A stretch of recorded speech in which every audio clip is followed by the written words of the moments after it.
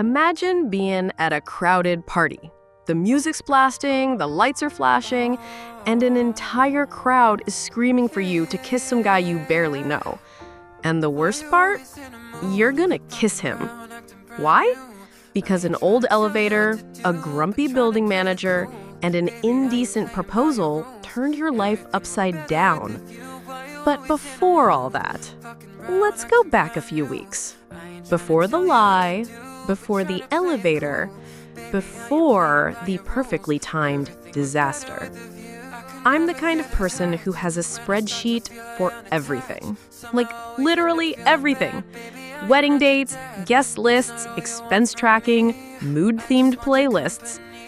Except emotional control. That, unfortunately, is still in beta. A video call pops up. On the other side of the screen, it's Joel, my fiancé, cooking, or rather, trying not to set the kitchen on fire. He's staring at the frying pan like he's defusing a bomb. He talks to me, but without looking, with that distracted tone that mixes affection with chronic inattention. "Babe, did you see the wedding venues I sent? We need to book one soon or else we're screwed." He smiles, but it's that I'm here, but I'm also panicking while frying meat kind of smile. "I'll check today, I swear, it's on my list," he says, without even glancing my way, and hangs up. And I believe him, because I always believe first. Question later, maybe months later. I close my laptop, put down my phone, and I just sit there, staring into space, wondering if marriage is really just organized loneliness. And out of nowhere, guess who walks in? Her. Ingrid Jordan. Influencer, entrepreneur, a symbol of toxic self-esteem with a makeup line that promises to awaken your inner goddess. She walks in like she always does, as if she owns the place. Structured white coat, sunglasses indoors, and a cup of black coffee in one hand, with her ego floating in the other. "Pop!" she yells out of nowhere. "The meeting with Aspire is set for 2 weeks from now. And until then, you're going to help me with something else." I jump up. Automatic smile, heavy heart. Of course! That's how it is with Ingrid. She demands, you deliver. She says it was her idea, and you thank her like you've just been given a hug. Oh, and one more thing. Milo Asher is coming to see the penthouse in your building today. I want you to take him up there. Me? Confused. Why?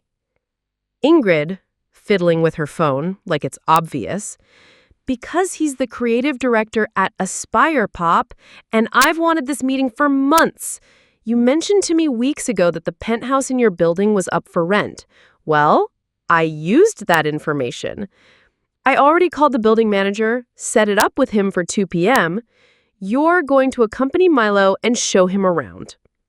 She used it, the information I gave her without thinking, to butter up the man who can approve a national campaign for her brand. Ingrid, smiling like she just did a charity act, show him the building, be nice, but don't be too pop, okay? No talking about feelings, no childhood stories. Show him the elevator, the view, compliment the flooring, and get out. Gracefully. In other words, be who I pretend to be for half an hour. And that's how on a random Tuesday, I became a tour guide for a charming stranger.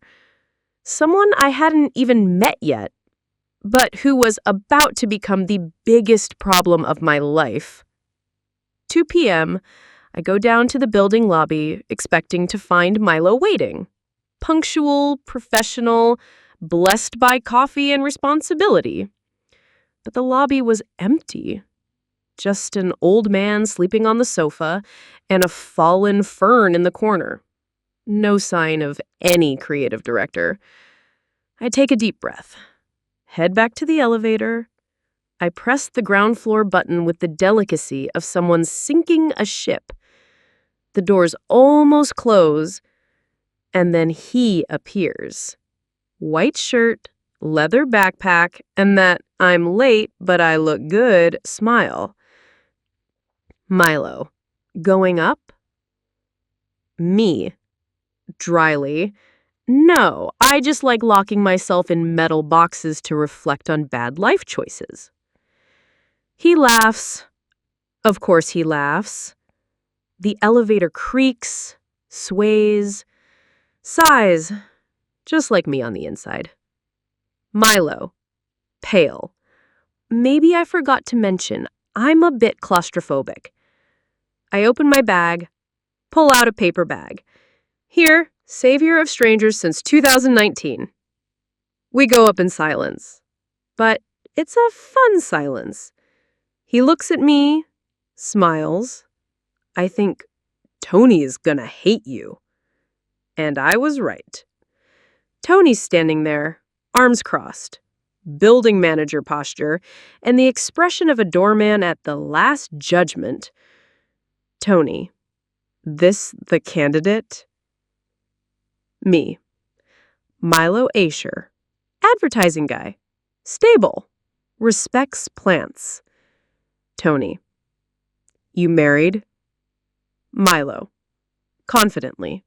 Single, but committed to domestic peace. Tony. Then no. Milo laughs, thinking it's a joke. It's not. We still tried. I showed him Milo's professional portfolio, said he knew how to take care of succulents. I almost made up that he meditated at 5 a.m. Nothing worked. Okay, here's the continuation translated into American English. Tony turned his back and said, "Good afternoon. The door's the same one you came in through." 2 days later, I'm in Ingrid's office, answering emails, making lists of impossible tasks. When Ingrid walks in, "Pop, the meeting with Aspire is confirmed. 2 weeks from now." Great. Just enough time to go a little more insane. I'm organizing Ingrid's swag in the conference room, and then the door opens.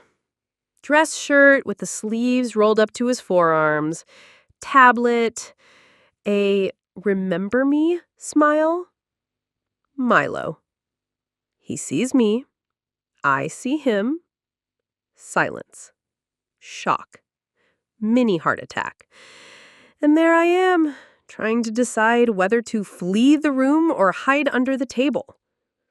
He sits down, at the head of the table, with a tablet and the confidence of someone who clearly runs the show. He's the creative director at Aspire. In other words, the guy with enough power to change my life. Or ignore my existence, like I'm the girl who refills the coffee. Ingrid starts talking. A lot. About brand narrative, engagement, lip tint that reveals your mood, and holographic authenticity. But Milo isn't paying her any attention. He's looking right at me. Milo. Pop, right? If you were launching this brand, what would your approach be? Absolute silence. Ingrid freezes. I freeze. But on the inside, there's an entire orchestra screaming, "This is your chance, girl!" Pop, voice controlled, but firm. People don't just buy makeup. They buy stories. Ingrid is the product. Her image, the exaggeration, the strength. We just need to sell that as the narrative. Milo smiles. Slowly, savoring it. Ingrid smiles too, but her jaw is clenched like she's grinding ice. After the meeting, I'm heading out, trying to disappear without making a sound, and he's there, leaning against the wall, arms crossed, with that look of someone who's about to stir up trouble. Milo, you're good. Really good. And you're even more interesting than you seemed in the elevator. I'm speechless, but he continues. Milo, calmly. Remember the apartment? Tony only rents to couples, so I thought, pretend to be my fiancé. Pop. What? Are you crazy? Milo. Just for 2 weeks. You help me with the apartment, and I'll officially put you on Ingrid's campaign. Real title, your name on things, credit, everything. I swallow hard. Look at him, thinking it's a joke. Pop. Are you offering me a lie as a professional springboard? Milo. Smiling. I'm offering you freedom.